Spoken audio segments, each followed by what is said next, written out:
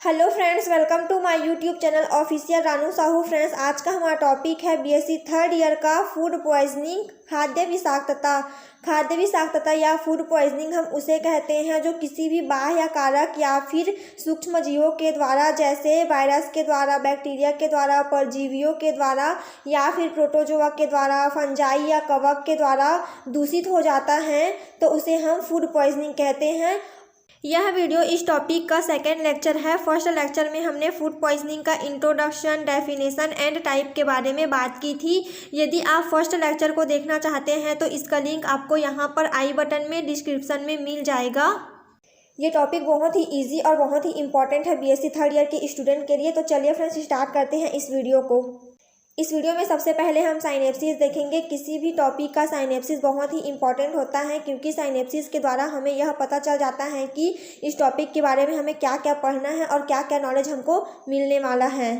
इस वीडियो में सबसे पहले हम फोर्थ पॉइंट को देखेंगे, क्योंकि 3 पॉइंट को हमने फर्स्ट लेक्चर में कंप्लीट कर लिया है। तो फोर्थ पॉइंट में हम देखेंगे causes of food poisoning. Causes of food poisoning में हम जानेंगे कि किन किन कारणों के द्वारा फूड पॉइजनिंग होता है और फूड पॉइजनिंग होने पर हमारे शरीर में किस प्रकार के रोग उत्पन्न होते हैं, इसके बारे में हम जानेंगे। और 5 में देखेंगे preventive and control of food poisoning.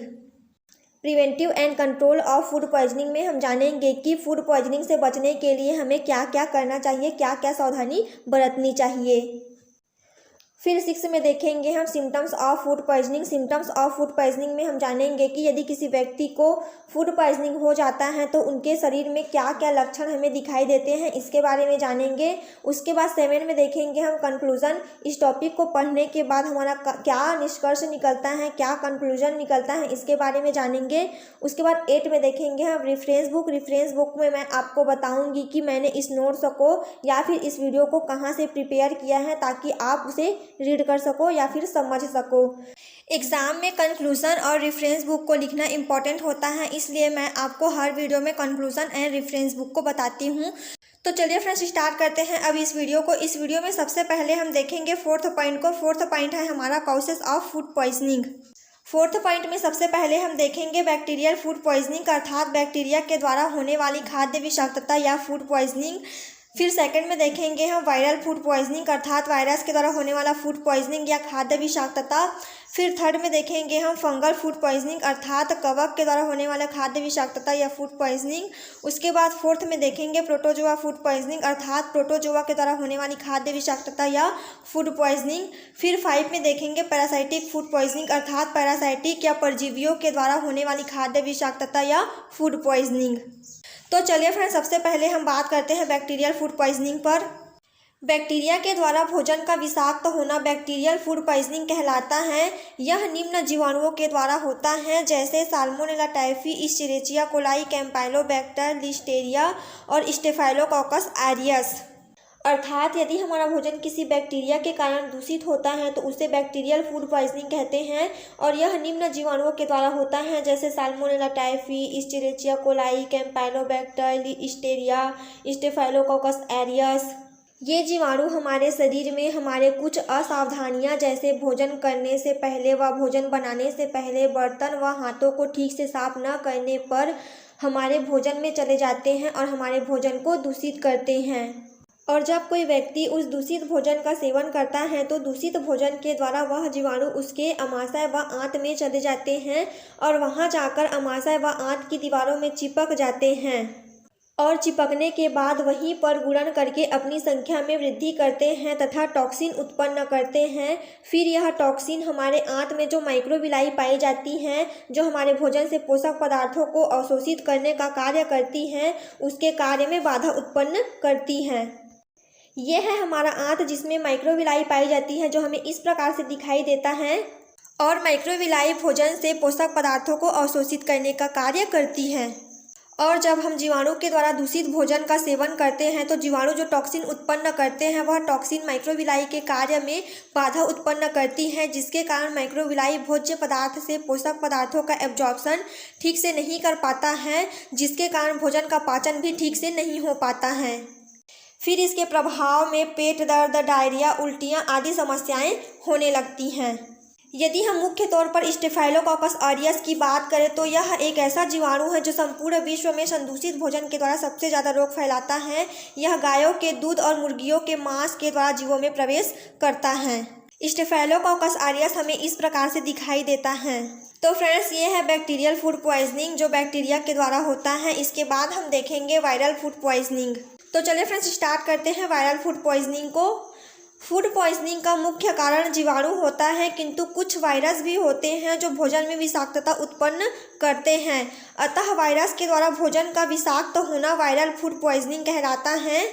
कहने का मतलब है कि हमारे वातावरण में जितने भी फूड पॉइजनिंग की समस्या हमें देखने को मिलती है उसमें से ज़्यादातर बैक्टीरियल फूड पॉइजनिंग ही होता है, किंतु कुछ विषाणु भी होते हैं जो भोजन में विषाक्तता उत्पन्न करने का काम करते हैं। तो जब हमारा भोजन किसी वायरस के द्वारा, किसी विषाणु के द्वारा दूषित या विषाक्त होता है तो उसे हम वायरल फूड पॉइजनिंग कहते हैं। यह निम्न विषाणुओं के द्वारा होता है, जैसे नोरोवायरस, रोटावायरस, एडिनोवायरस और एट्रोवायरस। यह निम्न वायरस दूषित पानी के द्वारा हमारे आमाशय में रोग फैलाकर जलन उत्पन्न करता है तथा मछलियों और सब्जियों के द्वारा मनुष्यों में हेपेटाइटिस ए वायरस रोग उत्पन्न करता है। अर्थात कहने का मतलब है कि ये जो जितने भी वायरस हैं वह दूषित पानी और भोजन के द्वारा हमारे शरीर में प्रवेश करता है और हमारे शरीर में प्रवेश करके आमाशय से संबंधित समस्याएं उत्पन्न करता है, आंत से संबंधित समस्याएं उत्पन्न करता है तथा हमारे शरीर में दूषित भोजन के द्वारा हेपेटाइटिस ए वायरस रोग उत्पन्न करता है। हेपेटाइटिस ए वायरस रोग यकृत से संबंधित बीमारी है। इस रोग के प्रभाव में हमारा यकृत जो होता है वह ठीक से काम नहीं कर पाता है। वायरस के द्वारा दूषित भोजन का सेवन करने से मुख्य रूप से आमाशय, छोटी आंत, बड़ी आंत तथा उदर में रोग फैलता है। तो फ्रेंड्स, ये है वायरल फूड पॉइजनिंग। हमारा भोजन जो होता है वह वायरस के द्वारा दूषित होता है तो उसे हम वायरल फूड पॉइजनिंग कहते हैं। इसके बाद हम देखेंगे फंगल फूड पॉइजनिंग। कवक के द्वारा भोजन का विषाक्त होना फंगल फूड पॉइजनिंग कहलाता है। अर्थात यदि हमारा भोजन किसी कवक के द्वारा या फंगस के द्वारा विषाक्त होता है या दूषित होता है तो उसे हम फंगल फूड पॉइजनिंग या फिर कवक के द्वारा उत्पन्न खाद्य विषाक्तता कहते हैं। खमीर से बने भोजन में कवक का संक्रमण सबसे बड़ी समस्या है। कवक इतने विषैले होते हैं, इसके द्वारा माइकोटॉक्सिन का निर्माण किया जाता है जो कोशिकाओं को गंभीर रूप से नष्ट कर देते हैं। इसमें बोला जा रहा है कि खमीर से बने भोजन में कवक का संक्रमण सबसे बड़ी समस्या है। तो खमीर एक प्रकार का कवक होता है जिसे हम ईस्ट भी कहते हैं। ईस्ट का उपयोग भोजन को स्वादिष्ट, लचीला व मुलायम बनाने के लिए किया जाता है। जैसे अल्कोहल बनाने के लिए, ब्रेड बनाने के लिए इसका उपयोग किया जाता है। गेहूं के आटे से जो रोटी बनती है उसको मुलायम बनाने के लिए भी इसका उपयोग किया जाता है।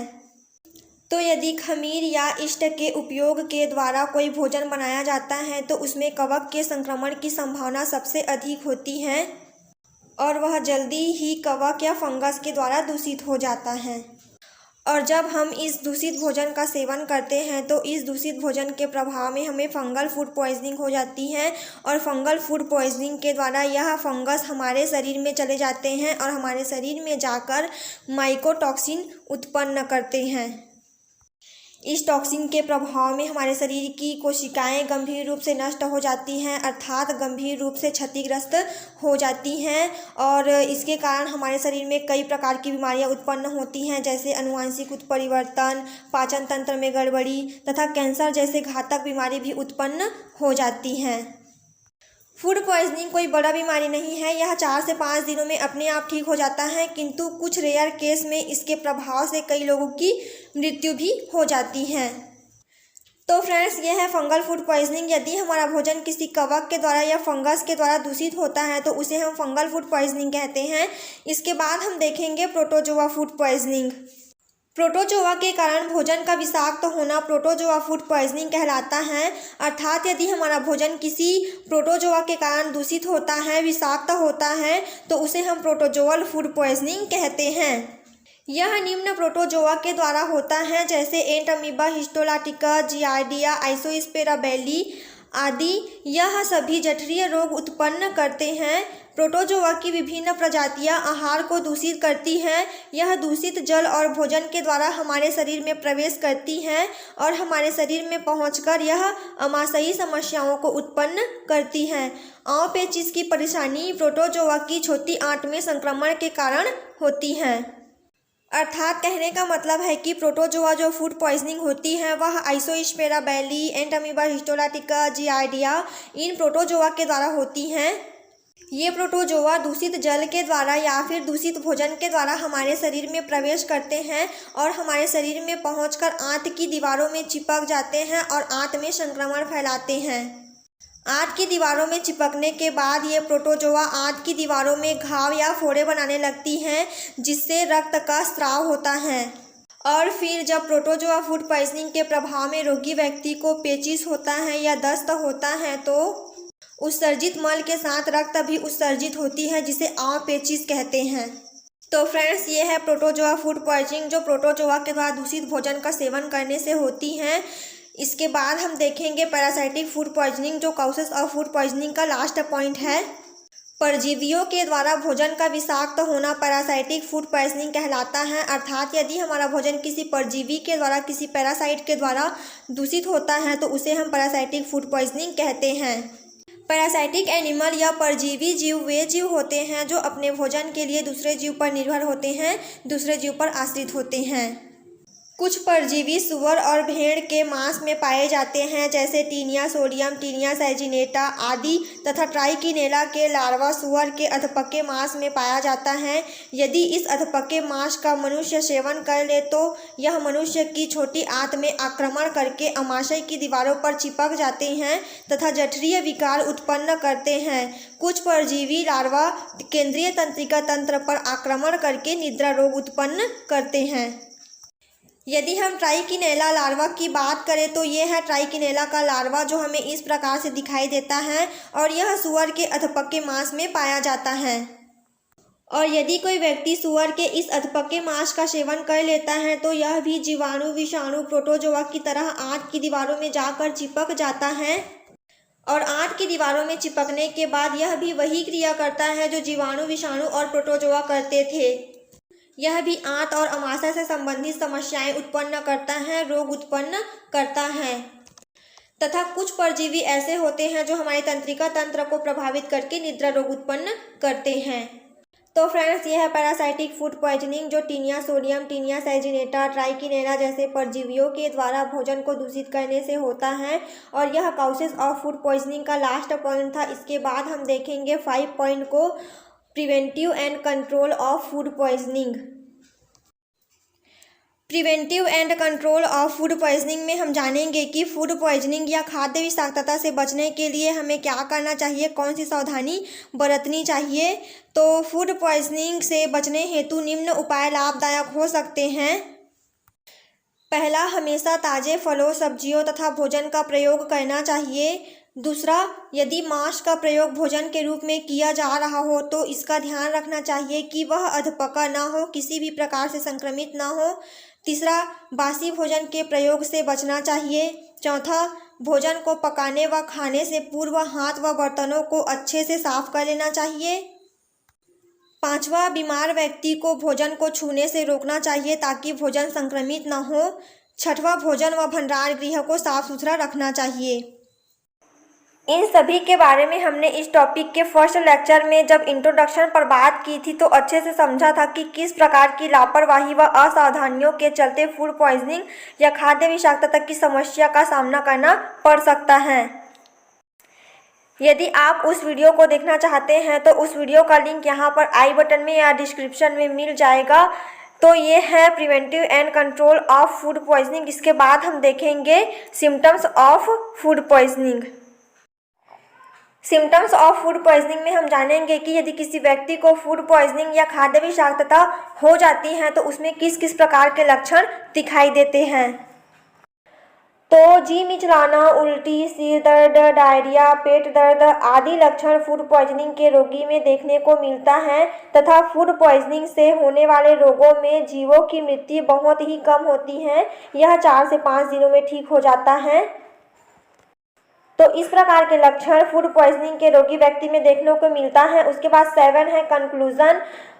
उसके बाद 7 पॉइंट है हमारा conclusion. First lecture and second lecture को पढ़ने के बाद अब हमारा क्या निष्कर्ष निकलता है इसके बारे में जानेंगे। तो जीवाणु, विषाणु, परजीवी या टॉक्सिक कारक से भोजन का दूषित होना फूड पॉइजनिंग कहलाता है। दूषित भोजन के सेवन से अमाशय और पेट संबंधी रोग उत्पन्न होते हैं। रोग के प्रभाव में जी मिचलाना, सिर दर्द, डायरिया, उल्टी, पेट दर्द जैसे लक्षण दिखाई देते हैं और इसके कारण जीवों की मृत्यु बहुत ही कम होती है। यह 4 से 5 दिनों में ठीक हो जाता है। तो फ्रेंड्स, ये है इसका कंक्लूजन। जितनी भी बातें कंक्लूजन में लिखा हुआ है उसको हमने first lecture and second lecture 2 lecture में कम्प्लीटली स्टडी कर लिया है। तो उसके बाद हम 8 पॉइंट में देखेंगे रेफरेंस बुक। रेफरेंस बुक में हम जानते हैं कि इस टॉपिक को हमने किस बुक से रीड किया है और किस बुक से इस नोट्स को प्रिपेयर किया है। तो फर्स्ट है डॉक्टर एस.एम. सक्सेना, सेकंड है doctor VK. Tiwari and third है डॉक्टर एच.एन. बैजल। इन तीनों बुक की हेल्प से मैंने इस नोट्स को प्रिपेयर किया है। आप चाहे तो बुक रीड कर सकते हैं। तो इस प्रकार से यह टॉपिक फर्स्ट लेक्चर और सेकेंड लेक्चर में कंप्लीट हो गया। यदि इस वीडियो से आपको कुछ नॉलेज मिला हो, आपके लिए हेल्पफुल रही हो, तो प्लीज़ वीडियो को लाइक करें एंड इसी प्रकार के बीएससी क्लासेस के लिए चैनल को सब्सक्राइब करें। और यदि कुछ डाउट हो तो आप कमेंट कर सकते हैं, मैं आपके डाउट को क्लियर करने की पूरी कोशिश करूंगी। Thank you for watching my video. मिलते हैं नेक्स्ट वीडियो में।